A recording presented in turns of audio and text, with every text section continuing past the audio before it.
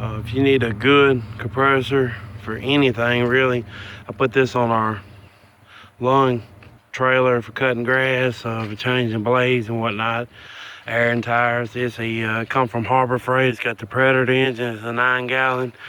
Costs you about $500 plus tax. It's very worth it. I was skeptical of it at first, but I haven't had any problems out of it. Actually, it runs better and cranks better than our Ingersoll Rand that we had before. I mean, it will do the job. I mean, it cranks every time on the first pull. It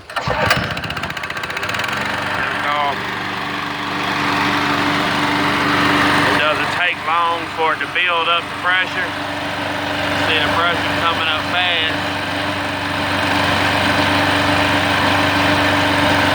It'll build up to 150. It'll maintain its pressure. It's got a fast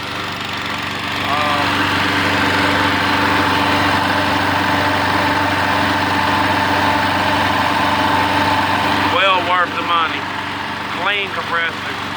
Don't let some things Harbour Freight may be cheap, but some of them's good. I would buy this if I'm looking for one, a good one. Runs very smooth and good. All you need.